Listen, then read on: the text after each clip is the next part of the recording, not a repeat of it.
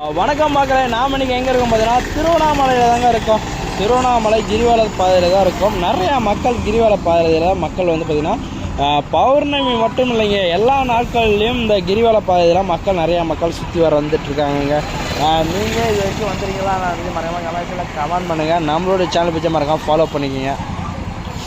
நிறையா பேர் வந்து பார்த்திங்கன்னா மாலை போட்டுட்டு இந்த டைமில் வந்து பார்த்திங்கன்னா இந்த கிரிவல பாதையில் சுற்றிட்டு வர்றாங்க. நிறையா பேர் ஐப்பன் கோயிலுக்கு போவாங்க. அப்போ வந்து பார்த்திங்கன்னா நம்ம திருவண்ணாமலைக்கு வராமல் நிறையா பேர் போகவே மாட்டாங்க. அந்தளவுக்கு திருவண்ணாமலைக்கு இந்த கிரிவல பாதையில் சுற்றி வந்துட்டுருக்காங்க. நீங்கள் இது வரைக்கும் திருவண்ணாமலை கிரிவல பாதையில் சுற்றி வந்த அனுபவம்னா மறக்காமல் கமெண்ட்ஸில் கமெண்ட் பண்ணுங்கள்.